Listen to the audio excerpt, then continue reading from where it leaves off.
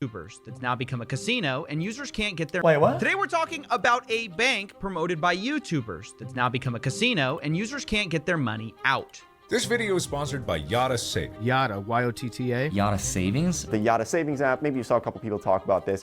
Yes, I have seen people talk about Yotta recently.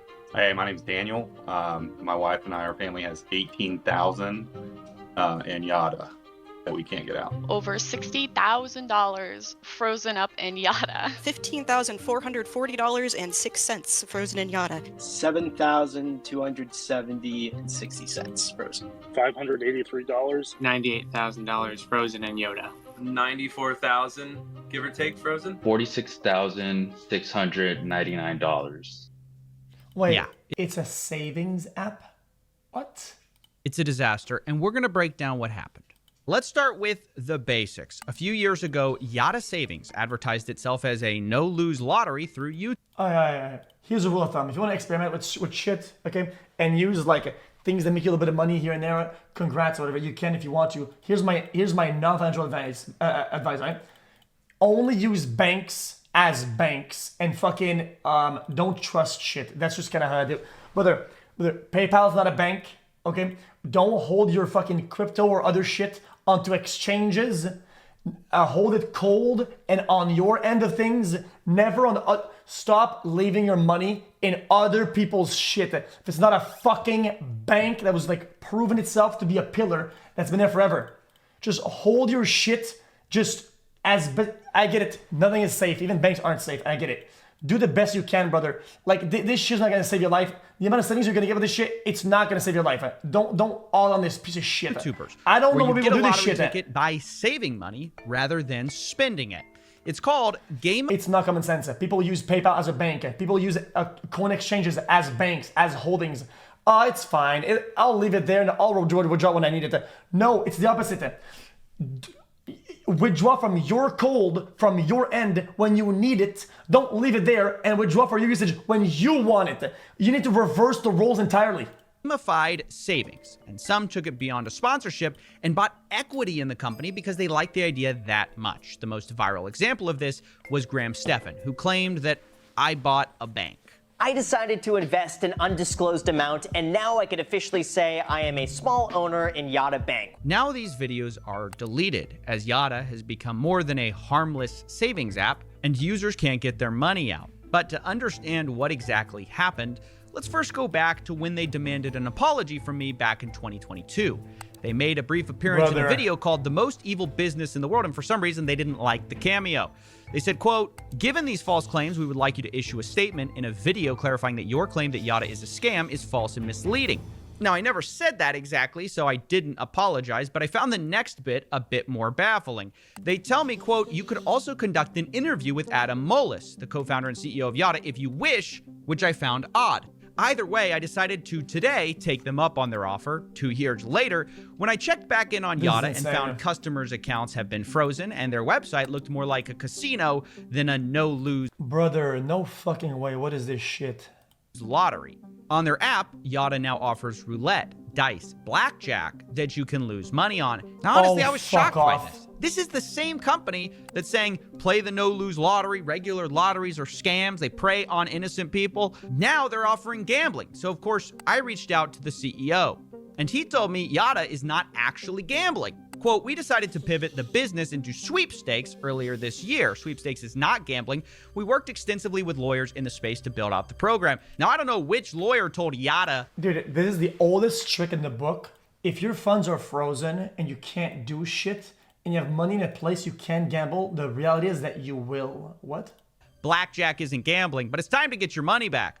All Yotta is really doing is running a loophole. The CEO says you can't actually buy Yotta Cash, but this is a very sneaky claim because one way to get Yotta Cash is by purchasing tokens on the app. These tokens are pointless, except that they come with free Yotta Cash. Spend $10, get 13 free Yotta Cash to gamble with. The more you spend, the more free Yotta Cash you get. It's really just a stupid loophole to claim that this is all a sweepstakes and that blackjack, dice, and roulette are somehow not gambling, which is, of course, ridiculous. But most interesting, I think, is the admission from the Yada CEO that, quote, yes, this is at odds. Yeah, stop saying stake like this is like a valid point that you're so stupid.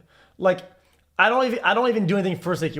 I don't give a fuck about stake, right? But if you're gonna say some dumb shit, at least make it be accurate. The fuck is on to you, dude? Like, but this is like a million times worse than stake. What? With the initial mission to encourage savings, How is the that even related savings-based to business stake? model wasn't working, so we decided to Yeah. Stake has like coins you buy or whatever. It's like stake credit. But when you withdraw, it withdraws. So like what? Like what even is the comparison here? Over here, it's like $10 for 13, and you can't withdraw, but then it's just frozen. Like what are you talking about? pivot. But pivot to what? To the exact thing your system was designed to fight stupid lotteries that waste people's money, and you pivot to just getting people hooked on actual gambling? Is that it? It's like me starting a methadone clinic only to pivot to selling heroin because that's where the real money is. It's utterly ridiculous, and I told their CEO as much. And to my surprise, he responded asking me for help. Quote, "You can make your own moral judgment of whatever you want, that's fine, but the issue that matters is that our customers haven't been able to access their funds for nearly 3 weeks. I think you can help." And honestly, he's right. I do want to help Yada's customers not getting their money, but I can't ignore that Yada is a savings app that became a casino, the exact thing they were fighting, and that's disgusting. 2, YouTubers brought people into a financial product that is... Yeah, exactly. The problem is that it's a bank. It holds, and people think that it holds, right? Like, it's why it's terrible to leave your money on this stupid fucking dumb shit. The fact that it's designed to keep your money is even worse. Like, I even before the video even started, my pre-take was that even things like stake or whatever, or any exchanges, you should never leave your money on it. You load it whenever you want to use it. You should never stay. But this is designed to fucking hold it and stay on it. That's insane. Is now broken, and rather than address it, most of them have gone radio silent. Some are deleting their original videos. Now, of course, most of these YouTubers who promoted it had no idea Yada was going to pivot from savings to gambling, or that users' accounts would be frozen. But this is all the more reason that YouTubers should not be getting in the business of promoting financial products, especially finance YouTubers. I've spoken to a lot of these people. They all tell me the same thing. Oh, I feel so bad. It's not my fault. I had no idea. And that's all fine. But when people bring up your name as an explicit reason they got into this savings account, it starts to ring a lot more hollow. Well, it's not a terrible take, but at the same time, there's a lot of systems that, and a lot of companies, whatever, that do involve, I think it's not about banks or a financial institution. It's more about things that people can put a lot of money in. And unfortunately, it's most sponsors. So it's like... So my brother actually told me about tough, it. like... I'm pretty sure he found it through the Graham video. That would have been Graham Stephan. Stephen Graham video. Graham Stephan video. Graham Stephan came out with a video. Graham Stephan, Andre Jek, guys that it's nuanced, yeah. Black and white is like YouTubers. Yeah, this is the reason I hold financial YouTubers to a higher standard. Overwhelmingly, I find them to be more influential.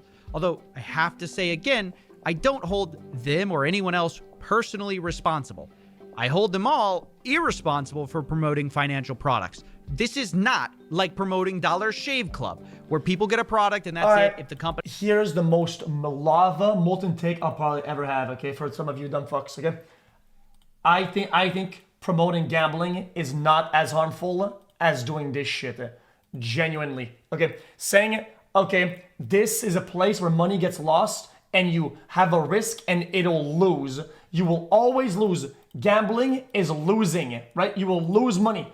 Oh, I lost money. Yeah, it's designed for you to lose, literally, right? Compared to having a product that says this is safe, hold your money, this is made so that you will be safe, and then it claps your cheeks. It is much more harmful.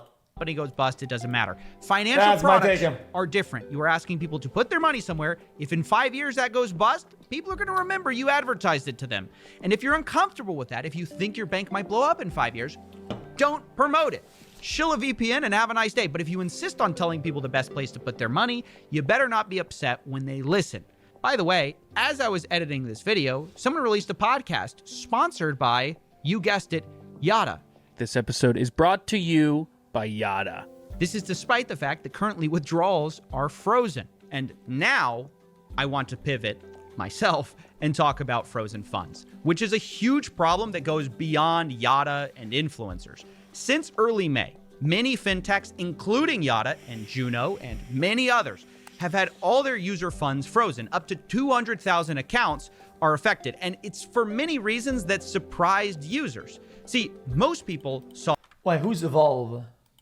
And it's for many reasons that surprised users. See, most people saw these companies like Yada as banks. Remember, Graham Stephan even said, I bought a bank. I just bought a bank.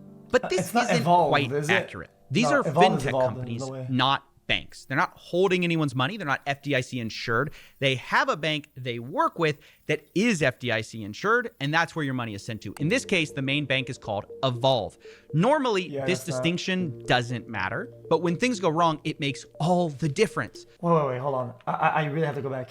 This is kind of complicated. Isn't quite accurate. These are fintech companies, not banks. They're not holding anyone's money. They're not FDIC insured. They have a bank they work with that is FDIC insured, and that... Wait, they're not in this... Okay, yeah, because they can't. They literally can't, probably, right? It takes a lot to be FDIC insured. That's where your money is sent to. In this case, the main bank is called Evolve. And they have to bail them out, right? Normally, this distinction doesn't matter, but when things go wrong, it makes all the difference. So does the distinction that fintech companies like Yada don't work directly with Evolve. They have a middleman called Synapse. And I want you to think of Synapse as an adapter. From old tech to new tech, it's kind of like your iPhone dongle. Remember that? Connecting a lightning cable to a headphone jack. That's Synapse, connecting banks to fintech. And I know I'm not exactly an expert on this, so I brought in someone who is to explain what happened, because the next part gets kind of confusing. My name is Jason Mikula. I spent about over a decade in fintech and banking, including at Goldman Sachs. So I have some experience in the sector. Sure. What actually has gone wrong here? So the sort of proximate cause was on Saturday, May 11th, Synapse, which is this technology middleware provider, they shut down service provider, revoked Evolve Bank's access to what in the court filings is being referred to as the dashboard, which is basically Synapse's IT systems, including actual ledger information. And so when Synapse revoked access to that information on Saturday, May 11th, Evolve functionally froze all of those programs by ceasing to process payments. So Evolve's decision to respond to Synapse revoking that access is what led to users being unable to access their funds beginning on May 11th and continuing through to the present.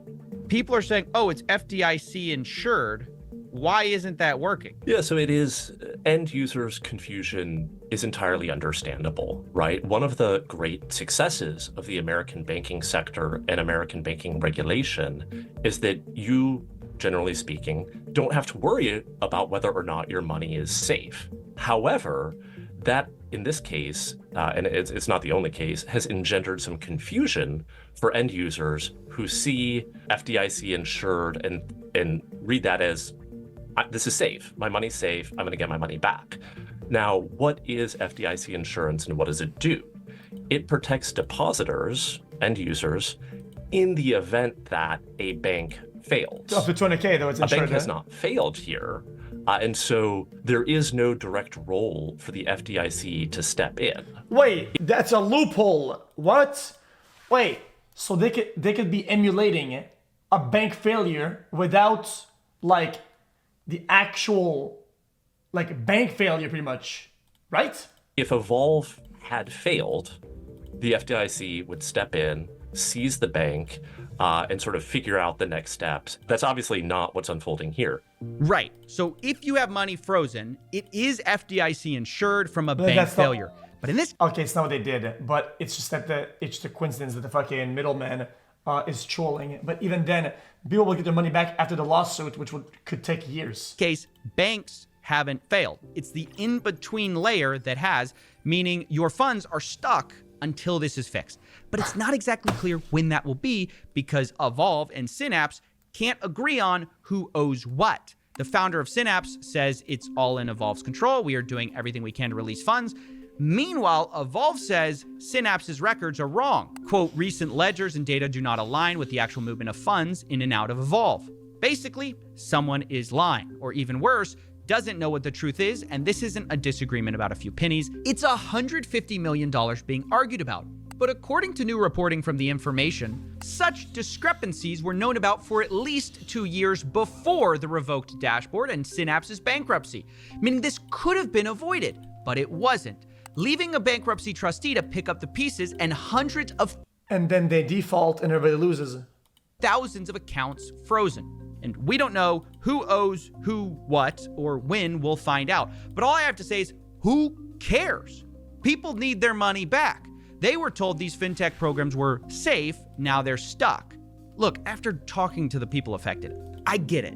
Banking is complicated, especially as I spoke to Jason, that became super clear. But historically, this hasn't stopped us from helping the elite when complex banking problems come up. Remember Silicon Valley Bank? And look, I know it's a different story, but back then we moved. So like this Synapse is saying the records don't match and shit's broken. Whatever, they freeze the thing until things are fixed, whatever. And these are like, no, we want to fix now. We want people to be able to get their money, whatever. So now they're suing them to unfreeze it, but maybe Synapse is trying to make sure that the records are all good and aligned or whatever. Heaven and earth to make sure startup founders got their money back beyond the FDIC insurance limit. Out of concern for the rich and powerful, we bent the rules. And all I'm saying is, I get that this is also not a traditional FDIC insurance case, but dare I say we give regular Americans the same level of urgency and empathy we gave to Silicon Valley founders when we decided to bend the rules for them. It's been 3 weeks with no end in sight, and these people have mortgages to pay, taxes, bills, and quibbling about the middleman or the bank whose fault it is to miss the point. Trust me, there's plenty of blame to go around in this story. But for the immediate future, let's focus on getting these people their money back before they're punished for something that isn't their fault. Because time is of the essence. Even if these people eventually get their money back, the win matters just as much, as people with frozen accounts told me.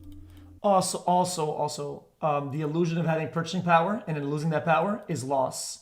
If you can spend and invest now, and that money is frozen, you cannot spend it, it means that you could be making money with that money and you're not making money, which is a raw loss. That's just fraud. I mean, it means everything to me. I wasn't able to pay rent for this month. I wasn't able to pay my bills. I quit my job. I quit my career to go into business for my family, and my savings is my my safety net for doing that, for making such a crazy decision. So it means a lot.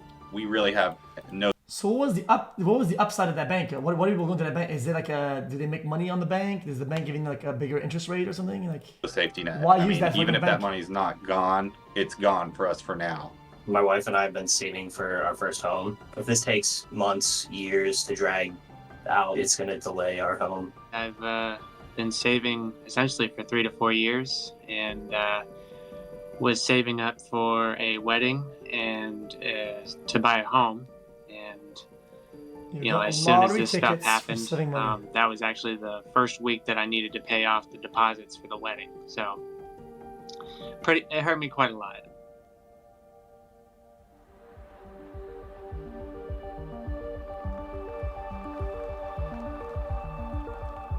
Let's see if you responded. All regulators seem to be pointing fingers at each other. They are saying that there hasn't been a bank failure, so it's not their problem.